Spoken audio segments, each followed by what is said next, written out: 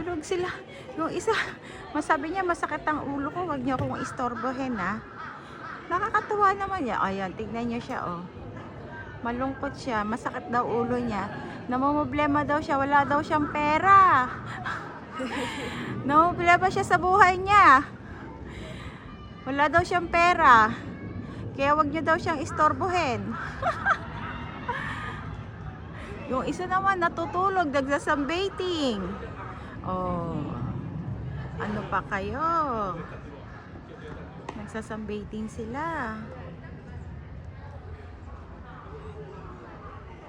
Ito namang isa. Mukhang magpapatiwakal siya. Pigilan natin. Wag kang magpatiwakal. Ah, nakakatuwa sila, no?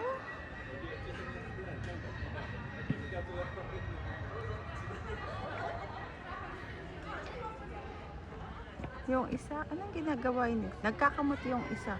Oh, ang dami nila doon sa taas, oh. No? Ang dami nila, oh. Hindi ba sila kumakain? Parang nakakaawa rin sila, no?